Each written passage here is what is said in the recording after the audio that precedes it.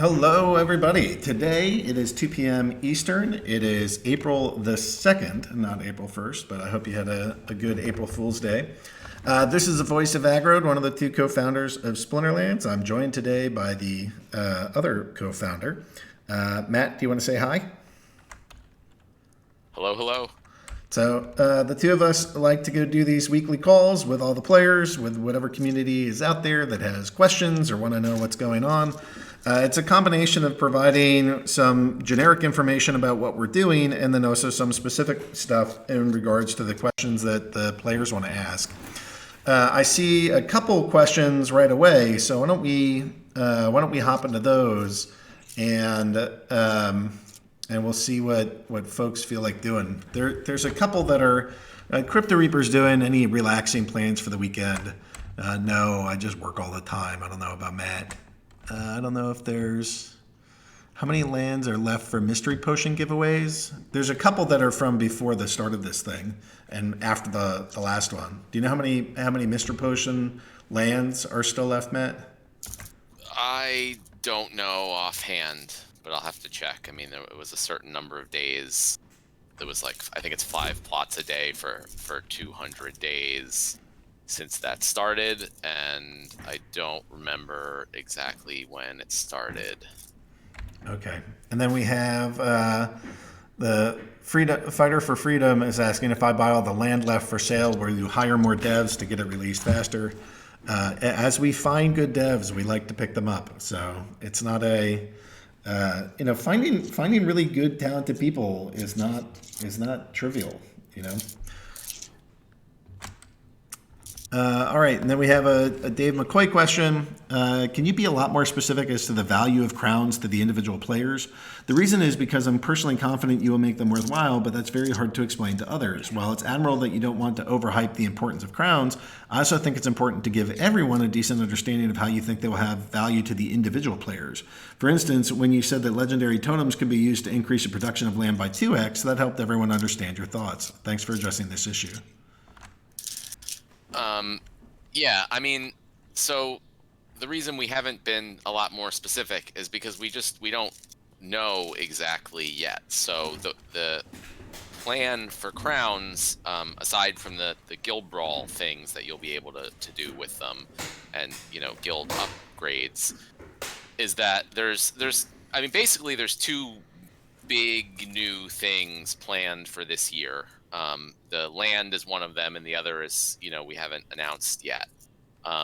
But the plan is that the crowns are going to allow the guild to purchase items in the guild shop that will benefit all players in the guild, as it relates to those two features in the game.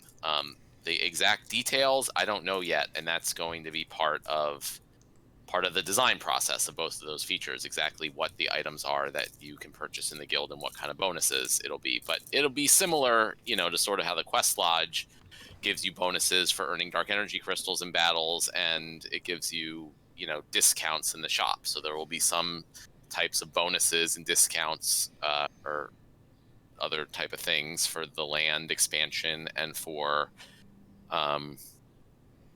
the other feature. We just don't know exactly what they're going to be yet, and so I can't really say that. So I understand if people want to wait. Same thing with the land. We released a bunch of information, not all the information, and if you want to get in early, you can kind of have an easier time of it, or get in more cheaply in the case of the land. So if you want to wait and not get guild crowns and not participate in brawls as much until there's more info, that's totally fine.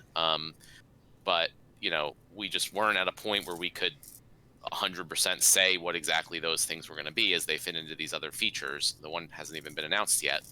So, and we didn't want to just wait for doing guild brawls until then. And there's going to be a lot of time in guild brawls where you're just going to be using the crowns to upgrade your buildings, and then there'll be gladiator cards and other things. So it's going to be a while before guilds would be actually using crowns for non-guild brawl purposes anyway. So that's kind of where we are with that. And it's definitely not a case where like some people have this insider information of what's going to happen and everyone else doesn't. Like, you know, we don't even know what it's going to be yet, but we want the guild crowns to be, you know, really valuable, and we want them to be things that everyone's going to want to get in their guild, as many as they can. So that's going to factor into the entire design of the land expansion and another feature. Yep, still coming. So, you know, but we do a nice job of doing design around here. So, you know, I know it's still a little bit up in the air, but that shouldn't stop people from thinking, hey, these are going to be cool and help us. So, you know, forgive us as we're doing this as we go. You know, we're it takes a lot to build. Chris is asking, when brawls happen, will members be able to reserve their place in the fray, like on a first come first serve basis? Well, that's kind of up to each guild to figure out how that's gonna work. So really, you know, players can go and just enter frays, you know, that are available. So that is on a first come first serve basis. But guild officers and leaders have the ability to remove people from frays, and you can obviously remove yourself from a fray if you want. So, you know, it's kind of up to each guild to decide how they want to put people in the different slots. But, you know, there's going to be I guess there are fewer frays than there are guild members, you know, based on the arena level, but not like a ton fewer. So, you know, we did that because we figured, you know, not everybody in the guild is going to be able to participate in all the battles, but in general, you know, it should be the case that everyone who wants to participate can participate in most cases. All right. Biz is asking me when Brawler, and I was actually thinking today, okay, I got to go get on that. So it's on my list for, I'll get it done this weekend. I'll get the next Brawl up. I got all the tournaments up, so I have some time to do this. His next question is, what happened to the gold alpha bronze? I know you had mentioned it, but I couldn't get it done in time, so it'll be on the next cycle. Do we have a time frame on when lands will be released? Matt, what do you want to talk about for timeline for land?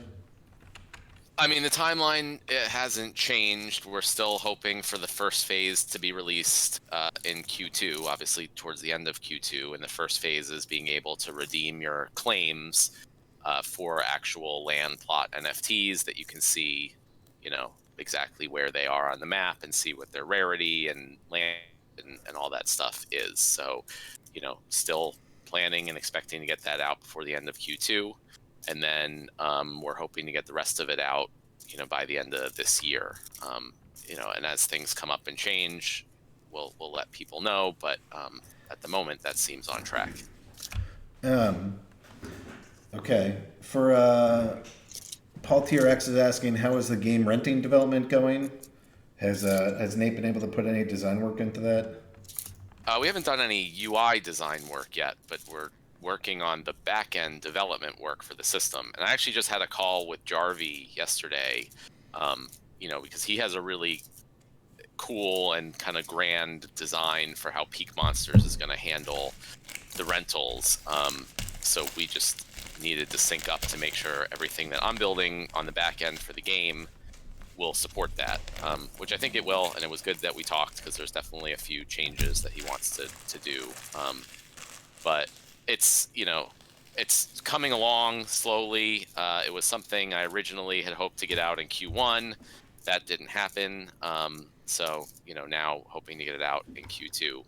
But, you know, we are trying to really work with Peak Monsters to make sure it's like a super easy system for people who want to just like delegate or rent out, or, you know, rent for themselves large sets of cards and not want to have to deal with like individually pricing each card. So most of the credit on that end goes to Jarvie, who's actually like been researching market systems for these type of things. And then, you know, I'm just kind of trying to build into the game the stuff that they need to do that on Peak Monsters.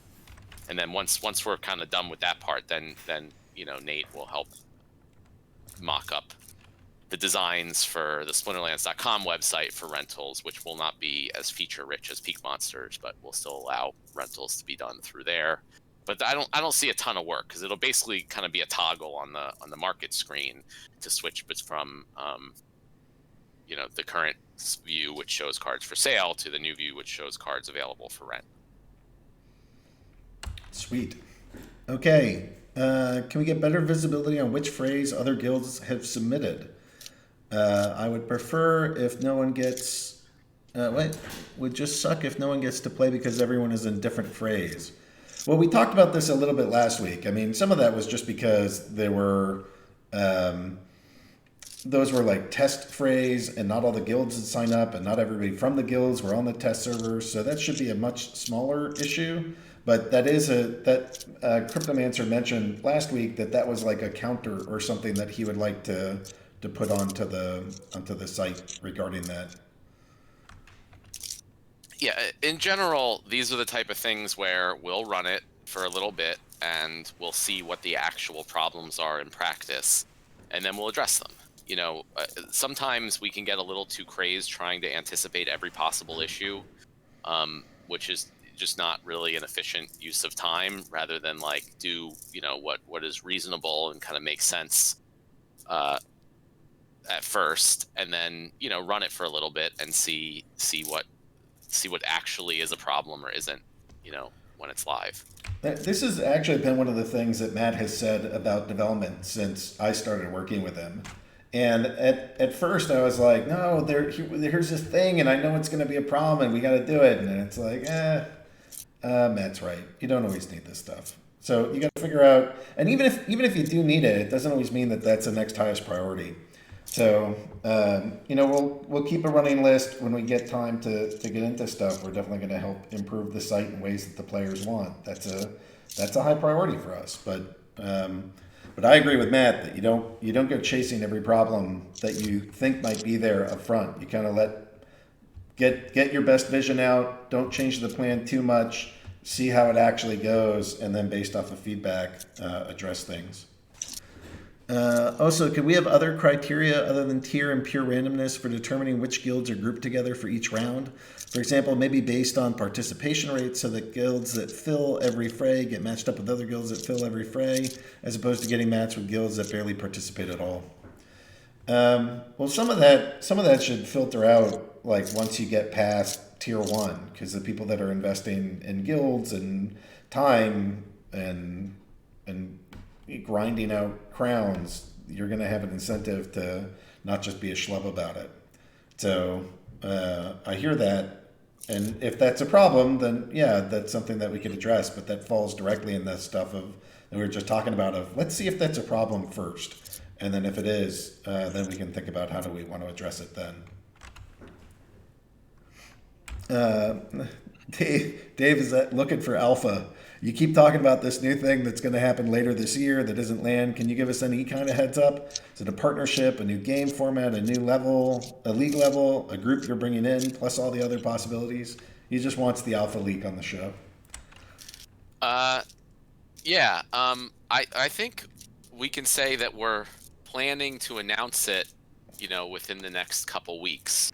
There might be like an announcement. Yeah, you're announcing your verbal. I'm announcing that we're going to announce an announcement. Yeah, that's great. Well, because he asked me. I wasn't gonna announce I was going to announce an announcement, but if you're going to ask me if I'm going to announce an announcement, then yes, we're going to announce an announcement soon.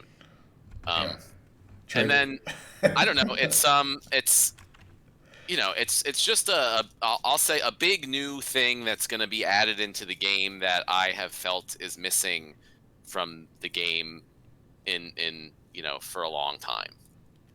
So it's not a partnership, it's not a new game format, league level, group, or any of those things that you said. It's just a new thing that's added into the game that exists in a number of other crypto blockchain projects, and I personally think is just going to be really big and very important for the future of Splinterlands, even to the point where it's adding another kind of big new thing while we already have a big new thing with land. But it's something that I and I think aggroed and you guys will too agree that is important enough to have in soon, and even before land is released, so it can be incorporated with it. Yeah, 100%. Matt started talking about this. I don't remember how many months ago, we've been going back and forth about it, and it's been like, okay, this is a thing that makes sense and helps. It's like the Big Lebowski. It's the rug that's going to tie the room together. So pretty excited about it. Well, I hope nobody pees on it. Yeah, don't pee on the rugs, guys. All right, Unit QM is saying, any word on development of battle engine rework? I remember a few AMAs ago that there was a lot of talk about having damage resolve at the same time. Yes, that is done, and it is ready for testing, but then we ended up doing brawl testing on the test server, and I didn't want to put that in also with brawl testing, because you don't want kind of two big changes at the same time. So now that brawls are kind of out and we're going to have them hopefully go well for a little bit, I also then want to go back to running a test of the updated battle mechanics on the test server. But development-wise, aside from bugs that we may find, it's done. And I think that will just help make the battles more fair and make more sense. So I did put out a post that we had a pretty awesome quarter. I know there's a couple other questions, but somehow this got me distracted into this. Should we talk about that at all? Can we? I kind of want to just share like a little bit. So we had 9,468 new players sign ups this month, and that's a 15% increase in the total registered user amount, and it's the highest number by far we've had ever. Like the last couple months, it was like 4,000, 5,000. You go back before that, we get into like the 3,000s and 2,000s. So to go have nearly 10,000 players all sign up in 1 month. That's a damn good month. So pretty excited about that. Along with it, so we had a 15% increase in total registered users. We picked up a little under 2,000 Summoner Spellbook purchases, and it was like a 9.5% increase in total Spellbook owners, again in a single month. So the game's at a nice pace, and hopefully you can see that in like the number of games being played, the market cap of the cards. We had our all-time high for simultaneous number of users in the same day. So lots of numbers are looking healthy. We had one of I don't know if this is the highest card transaction that we've had, but it was 250,000 cards were bought and sold. So that's a lot of activity, and that's going well. So that something triggered that in me. And I'll go back to the player questions. But anything you want to add about that, Matt? No, things are doing great. And I mean, the craziest thing is we haven't even really released any of the awesome, exciting stuff for this year, So, I was thinking it'd take a little while, until we released at least the first phase of land and, and some of the other things we've been talking about. And then, I'm expecting a big uptick in all these things. And, for various other reasons, we've already seen a big uptick in things, and then I think hopefully these things will make it even much larger increase in all the stats later on this year. So, and of course the crypto bull run doesn't hurt things, and all indications is just getting started as well. So, yeah, I mean, could not possibly be more bullish, and I'm typically the bearish type of guy, so. Take that for what it's worth. Yep. All right. So Biz is asking, what news for the next Digicon? Digicon will happen. I think it's going to be May 20th, but maybe Chris Roberts or the Kerry Allen can confirm that date. But yeah, it's too much to do it monthly, so we'll do it every other month. We might bring it down to 1.5 months, but that made a fair amount of money. We had some nice token sales. We had boosts. We made some new partnerships.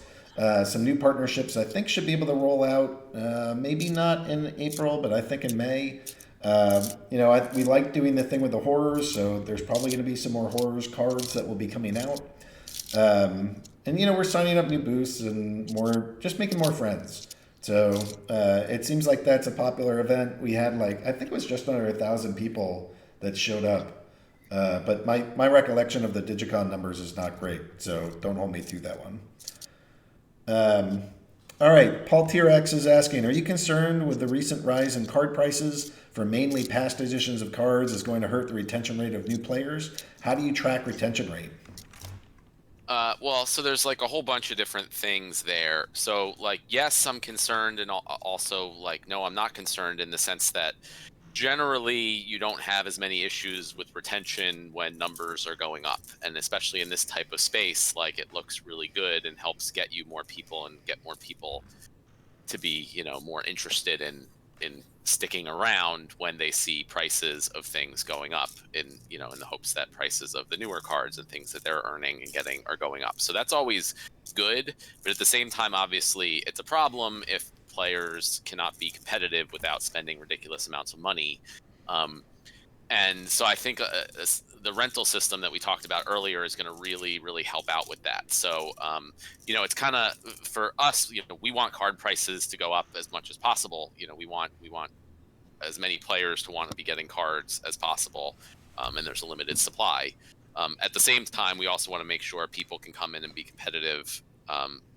For reasonably, which those are kind of difficult to balance. And I think the rental system is going to help in the sense that it will, even if card prices are going up and up and up, it will allow people who have the cards to hold them and earn that passive income, and then it will give new players a whole new access to the market to be able to be competitive without needing to actually own the cards. And then through being competitive, they can earn rewards, which can allow them to buy or earn cards for themselves. So I think that's the right solution here.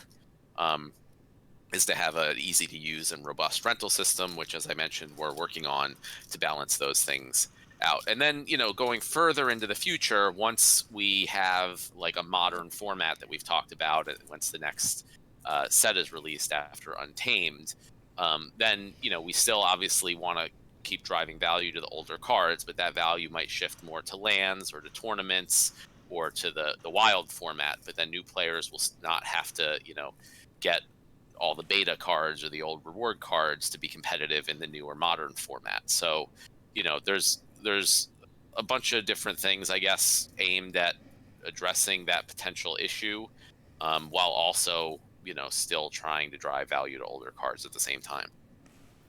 And then there's the next part about retention rate and how do we track retention rate.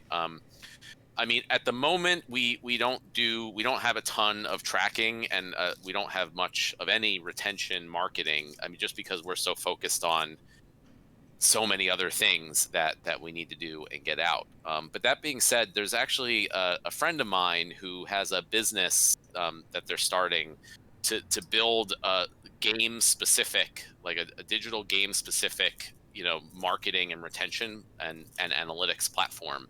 And since we're friends, they're offering to allow Splinterlands to use it as like one of their first trial customers for free.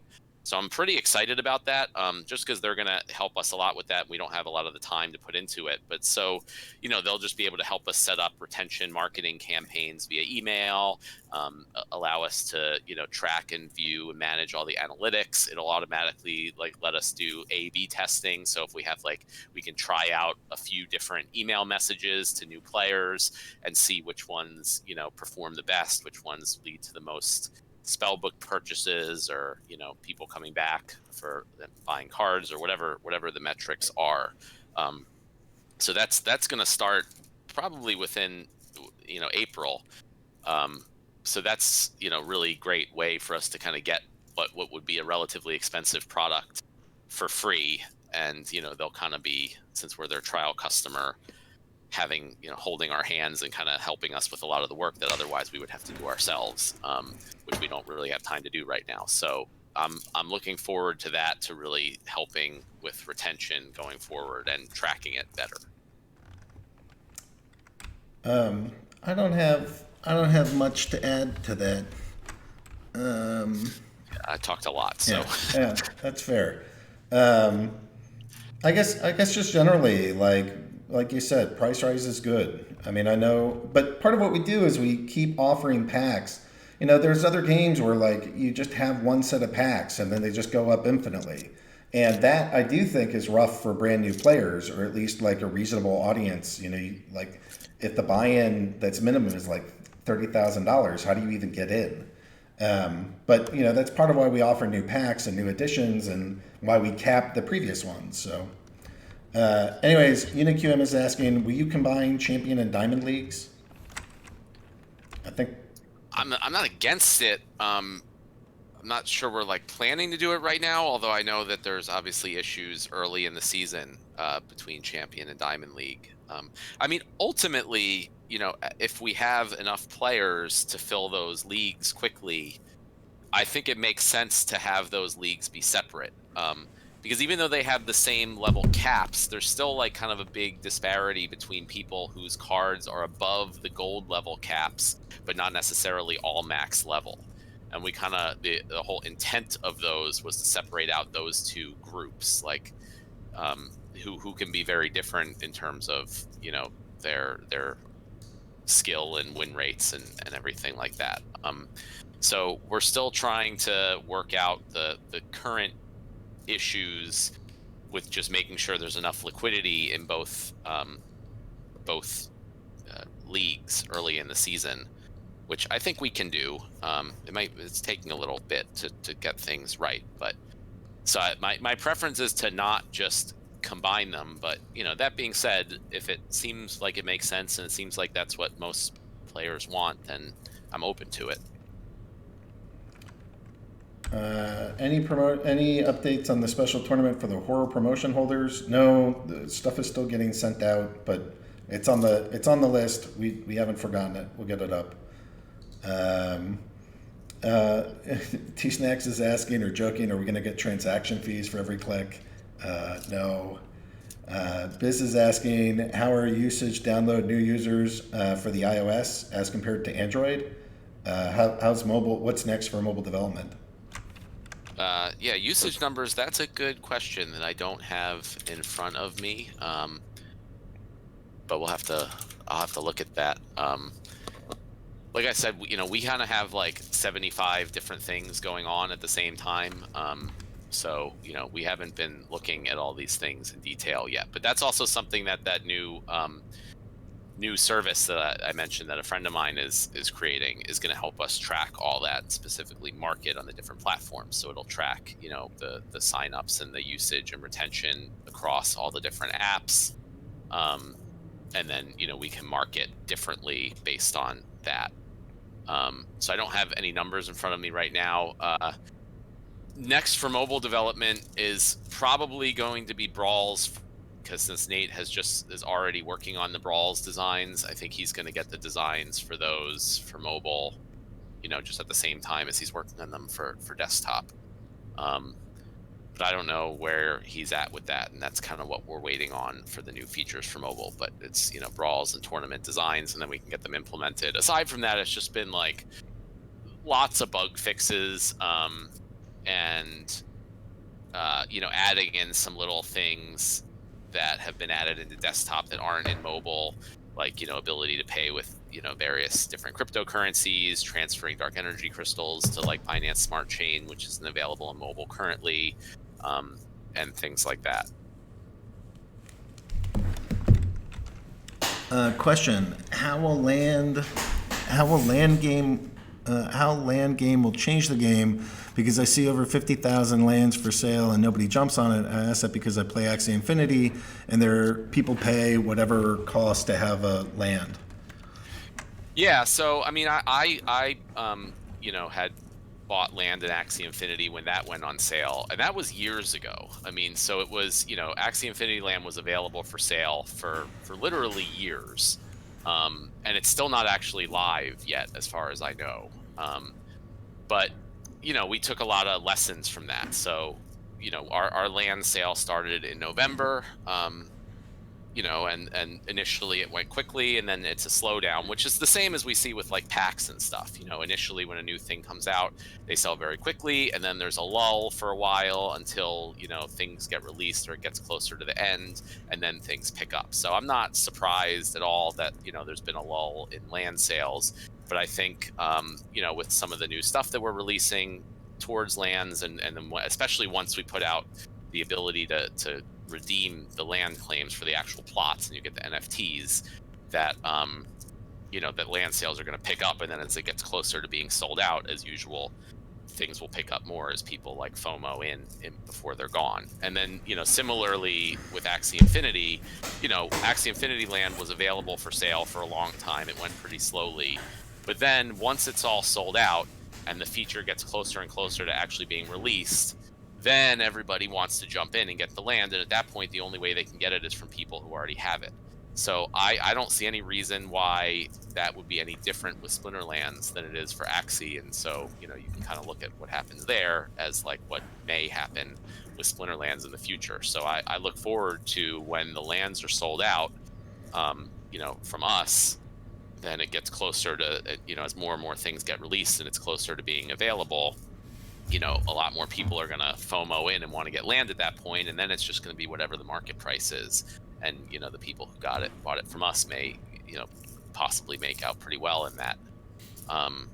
So that's I've been at least looking very closely at Axie and other games, Sandbox and various other things, and what they're doing and how these markets tend to function, and taking things that are good and looking at things that weren't so good and trying to incorporate that into what we're doing. But I think so far our land sale, like I said, has been going pretty much as I would have expected. Very fast at first, a lull in the middle, and then it'll go quicker as it gets down to being sold out.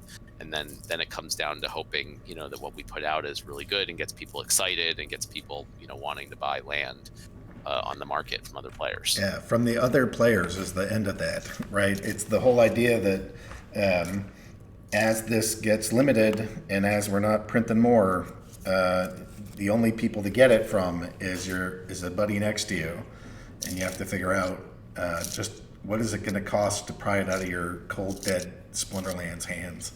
So that should be good. Brager is asking, any plans on adding this to the server? I looked at the question briefly. This is actually a feature of Discord that I'm not familiar with, but it looks like it's kind of styled after the success of Clubhouse. So it looks like a type of video chat or a different view of that. I don't know. I can look into it later. Well, I think Unit QM had a question about what Chris Roberts is working on that's FAQ related. Oh yeah. He's got the. Sorry, I missed that. That wasn't purposeful.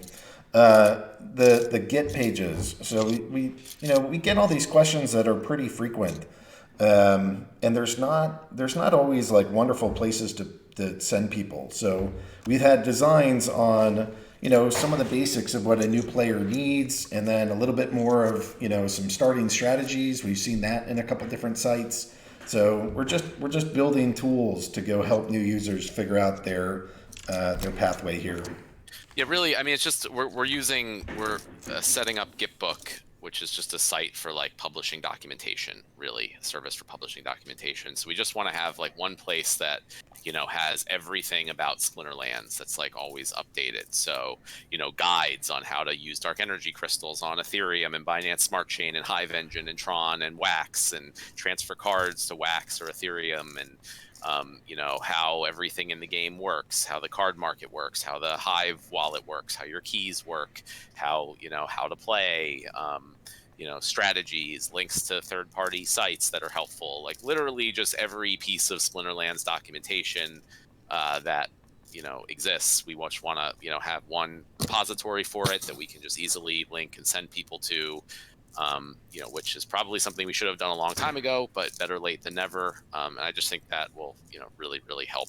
So, Chris is taking the first stab at a lot of that stuff, but there's obviously a ton of information. So, we're just going to try to, fill that out, here and there as we can. And once it kind of gets to a point where it's, mostly filled out, maybe not fully, then we'll just, announce it and release it and link to it from the site, and it'll probably just replace the FAQ. I mean, as it is in the FAQ, would just be part of that, larger documentation site, and then the Splinterlands site will link to that. And then, a lot of projects use that for like white papers and things like that. So we may also do that for a white paper for, the new thing that we're announcing that we're going to announce. Waka waka. All right. Simply Mike is asking, why not make Diamond make level 7 summoners? Sometimes reading these questions is tricky. How come Diamond level isn't level 7 summoners? What do you mean level 7 summoners? I think they're saying instead of like the level caps. The level caps of what level monsters summoners can make ban. level caps in between. Make another level cap in between gold and champion. Yeah, I mean, I guess, we could. I don't know. Yeah, I feel like the level caps are like nicely, stepped out at this point. But yeah, I guess, I want to try to see if we can resolve the issue in other ways while still keeping the league separate. But if, we try a bunch of things and it's still a problem, then we'll consider combining them or changing the level caps or doing something, I guess, more drastic. What happened to the game server last night around 10 p.m.? There was an Amazon Web Services outage at that time. So there wasn't a whole lot, I could do about that other than, wait until they get it fixed. Luckily, they resolved it relatively quickly.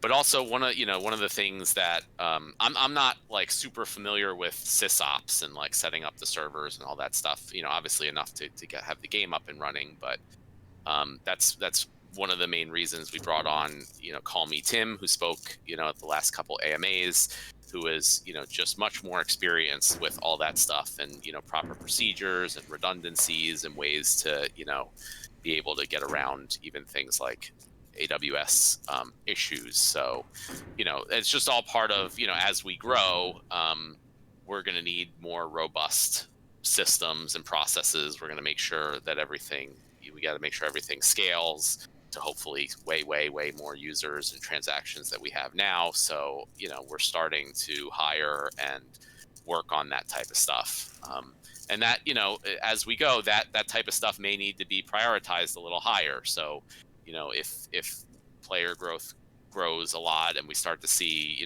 there starts to be slowdowns or some issues, we may need to divert some resources from feature development into scalability things, which may push back timelines for some things.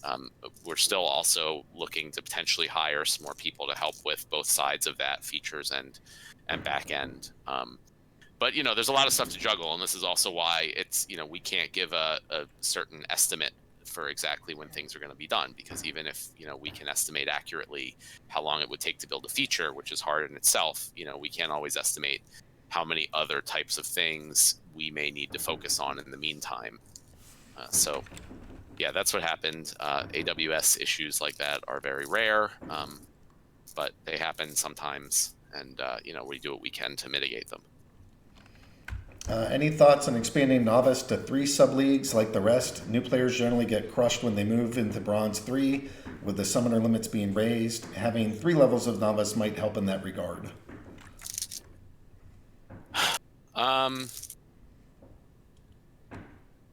Yeah, I guess that's a possibility. I mean, I guess we just have to push all the numbers up. But yeah, I guess that makes sense. I don't know. I haven't really looked at it specifically. But yeah. Yeah, some of that could fall into like tournament planning. If like tournament planning should be something like I don't know, players association or something, and we start getting feedback from the players that this is good, but this isn't very formal, and it's not like here's the exact things that we're looking for, and we don't really know if that's like just how much of the player base wants that. So having it more organized could only be good.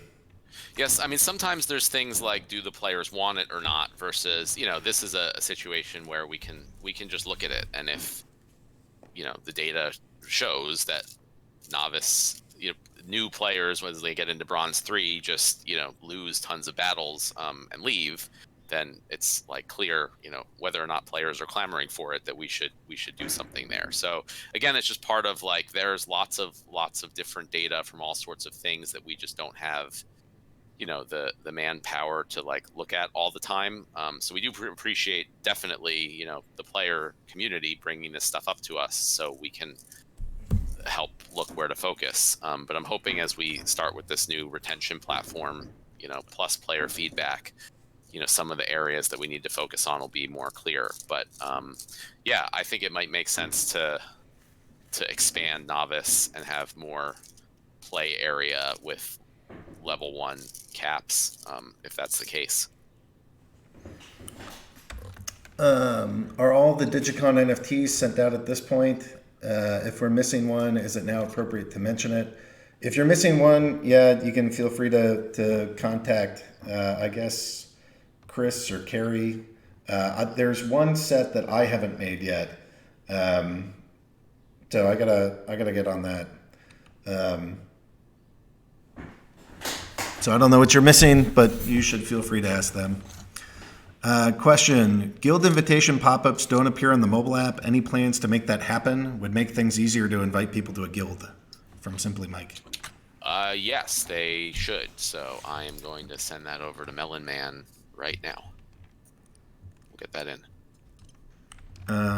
What are the chances tournaments at some point yield prizes from Splinterlands aside from DEC? So I've done that in the past where you get different prizes. One of the challenges is that it's not automated. Like there's not a system for sending NFTs or locking an NFT into the prize pool, which then makes it so that it's a giant manual task to automate moving these things around. So I like this, but it's not like a priority of the development team, and just the idea of having to ship 50 different manual NFTs is a bit daunting. Yeah, I mean, it'd probably be a relatively easy thing for Cryptomancer to put in, is my guess. In which case we should. I think there's actually like a little to-do comment in the tournament's code to like add that in from when they were first released. And it's just one of those things we never got to. But yeah, they totally should, because I think that would be great to give out. And I think we also want to start, adding some other cryptocurrencies as payouts for tournaments. So, the Splinterlands ones always pay out dark energy crystals, but we also want to make it so that other, other crypto platforms, like if, a Wax project wanted to give out Wax tokens as prizes in tournaments, we can set that up pretty easily so that would be automated, and they just send us the Wax as the prize pool up front, and then it just gets automatically paid out to the winners to their linked Wax wallets and stuff like that.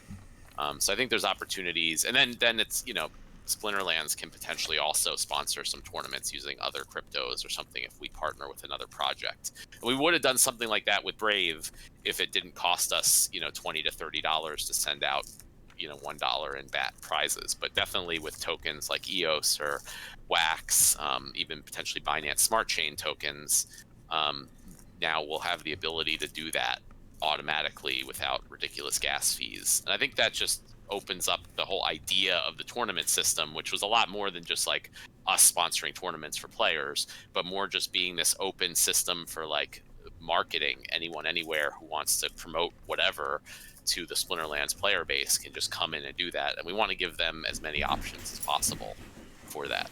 So yeah, I think we should work on that soon because it should be relatively simple. After brawls are implemented, are boss monsters getting a time prediction on the roadmap? Until now, it was continuously regarded as TBA. In other words, when boss? Yeah, I'm not sure. We have some definitely cool ideas for the boss monsters, and there's been some thought put into how that would work and everything. But and it's really, I mean, I would hope that you guys, even those who have stake in certain boss monsters, would agree with us that like a lot of times it just makes sense to prioritize other things, just as far as the overall health and growth of the game platform. So we really want to do it. We just have to find when it makes sense, and I don't have an answer for that right now. Yeah, I'm hoping we get some answer time after brawls get further along. So I'm hoping this year. That would be my goal. So okay.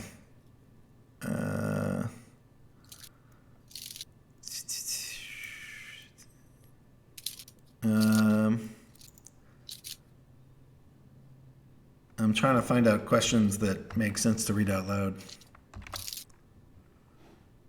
Question: Splinterlands is doing more efforts towards decentralization, like game servers, to avoid centralized failing, like AWS fallouts.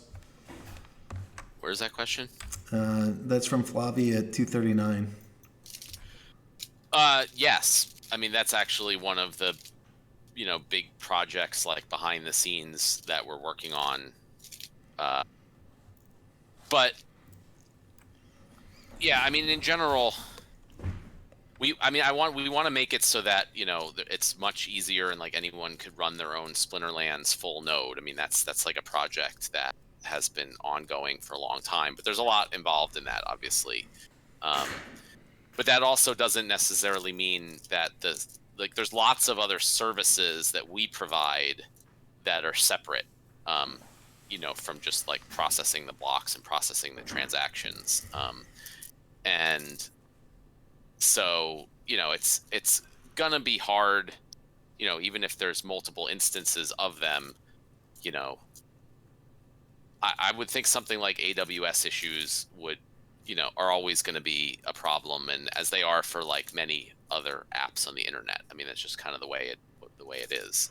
But still, behind the scenes, there's a big effort going toward just like making it easier and allowing anyone to just independently run their own server that validates all the transactions the same way that our servers do.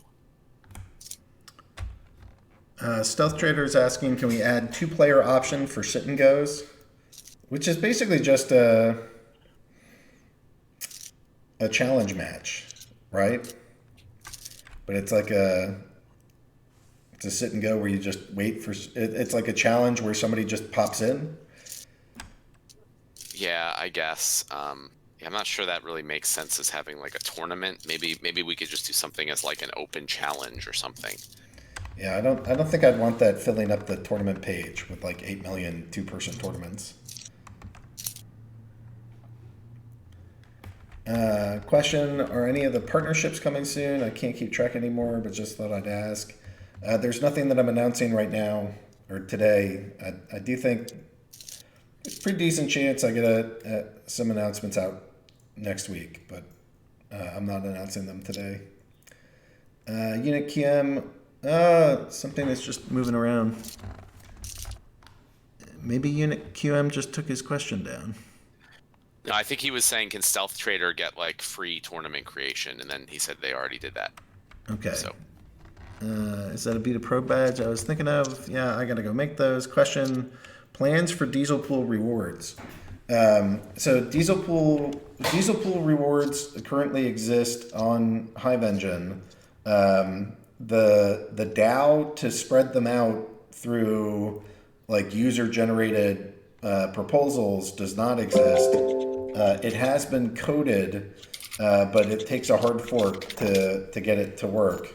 That thing has been proposed to the witnesses over there, and hopefully over the next couple of weeks, like the code is done, everything is done. Now it's just about implementation. So I think we're like 2 weeks away or so, maybe 3. But all of the Diesel Pool stuff, like the next level of what we're adding to it, should be done within the next 2 to 3 weeks. Dave McCoy, here's a plug for the Community Spring Training Tournaments. The one that starts tonight will give the top 100 players this NFT based on their rank. Yeah, that looks pretty sweet. Nice Hydra. Make sure to DM me with your Wax account, he says, and Splinterlands in-game name. And UniQM is asking any plans to change the mystery potion rewards anytime soon? Because that goes back to the land thing. Yeah, I haven't really thought through, some ideas of what we're going to do when the land that was available is run out yet. But we'll probably do something there. Okay. Unique skins and avatars is mystery prize. Yeah, skin stuff is still waiting on Tribes 2.0. Okay, we're out of questions unless you guys want to go propose some more questions. Any kind of bigger ticket development stuff that you want to talk about, Matt? I really can't think of anything that we didn't cover here. 2 major new features, bunch of smaller things, scalability, process work, work on, being able to run multiple nodes, things like that. So it's just like a lot of different projects kind of all going on here and there in parallel. I don't really have much more than that I can think of. Okay.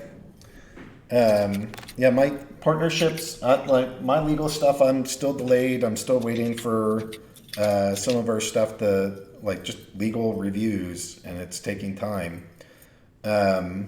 I have partnerships, but that is also just part of review, and I don't know. Hopefully next week has some better announcements. Question, when is the next AMA? So we're in the afternoon now, so I think, are we going to do evening on the 9th? Maybe 8 p.m.? Yes, sure. Yeah, the 9th. All right, so 8 p.m. on the 9th. 8 p.m. Eastern, that should be 12 a.m. the 10th on UTC time. Dave says, thanks, these AMAs have been great towards helping people know what's going on. Glad you guys like it. All right, this is it's a holiday weekend, so we're gonna end this thing just a little bit early here. So you guys are great. Thank you for being here. Thank you for supporting this game. We just had the best quarter that we've ever had. This is the fastest growth rate we've ever had. We just hit the all-time number of players. Our market cap on the secondary market just hit the all-time high. Things are pretty awesome. And we haven't even announced our big announcement that we're going to announce. There's so much announcing left to do. It's awesome.